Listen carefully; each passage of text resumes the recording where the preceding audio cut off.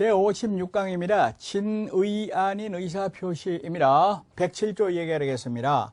앞서 의사와 표시의 불일치 첫 번째 형태가 되겠습니다.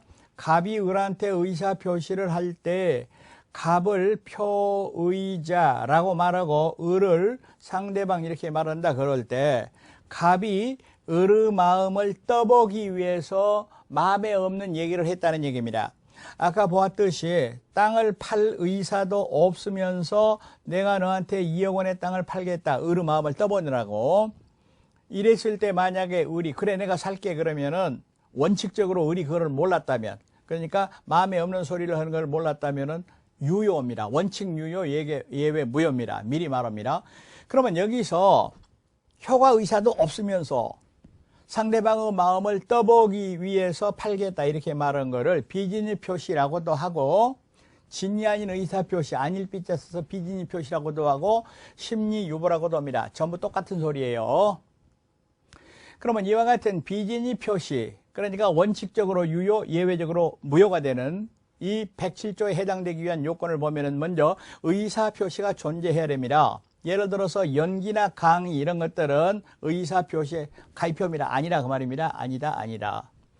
그러면 예를 들어서 얘기할 때 배우가, 연극배우, 영화배우가 예를 들어서 연기로서 내가 말이지 재벌인데 1000억 땅을 너한테 100억에 팔겠다 이렇게 말했다 하더라도 그런 거는 비진의 표시 아닙니다. 어떤 경우에도 효력이 없습니다. 추인도 안 됩니다. 그런 거는 의사표시 자체가 아닙니다. 왜?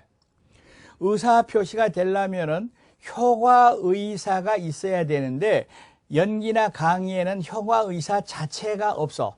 따라서 어떤 경우에도 유효가 안 돼. 추인에도 유효가 안 된다 그 말입니다. 두 번째, 의사와 표시가 불일치, 이코르가 아니어야 됩니다. 예를 들어서 말하면 팔 맘도 없으면서 팔겠다 이래야 돼요.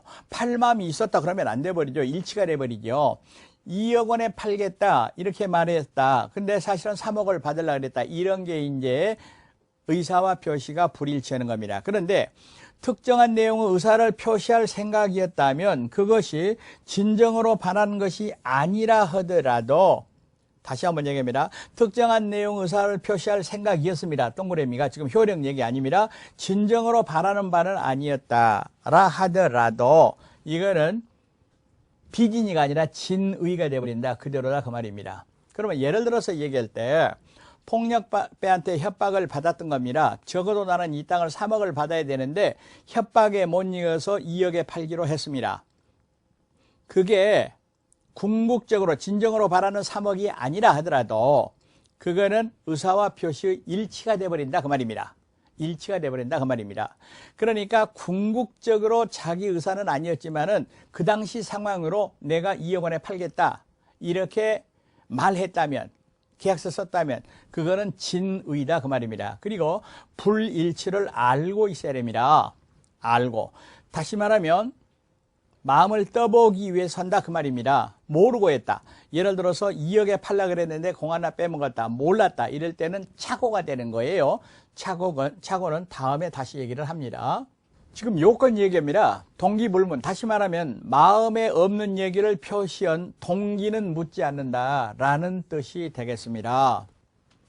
그러니까 잘 보이기 위해서 또는 무슨 마음을 떠보기 위해서 여러 가지 동기가 있지만은 그거는 107조가 성립하는데 아무런 영향을 미치지 않는다 그런 뜻이 되겠습니다. 그러면 예를 들어서 얘기할 때 대출 편의를 위하여 명의를 빌려주는 행위, 그거는 비진의 표시가 아니다 하는데 이 판례를 다음에 얘기하는 허위 표시 판례하고 구별을 해야 되는데 그 내용이 좀 다릅니다. 그러면 예를 들어서 얘기할 때 갑이 있어요. 그랬는데 또 을이 있어요. 이렇게 돈을 빌려줍니다. 그랬는데 을이 돈을 못 빌릴 사정이 있어가지고 병명의로 빌린다 그 말입니다. 다시. 지금 여기가 금융기관 은행이 있습니다. 예를 들어서 이게 사립학교가 있습니다. 그런데 사립학교는 비영리 법인이기 때문에 은행 차입에 제한이 있습니다. 그런데 사립학교가 운영 자금을 쓰다 보니까 한도액이 딱 차버렸어요. 다시 말하면 학교 이름으로는 더 이상 빌릴 수가 없습니다. 그래서 이제 교직원 이름을 빌려가지고 돈을 차입을 합니다. 그러면 대출 약정서가 어떻게 되어 있느냐? 대출해 준 사람 은행하고 교직원 명의로 이렇게 돼가지고 대출 약정서를 쓴 거예요. 그러면 이 말이 무슨 말이냐면은 병은 갑한테 돈을 빌렸지만은 사실은 자기가 빌린 거 아니고 학교가 빌렸는데 명의만 빌려줬다, 그런 뜻이 되겠습니다.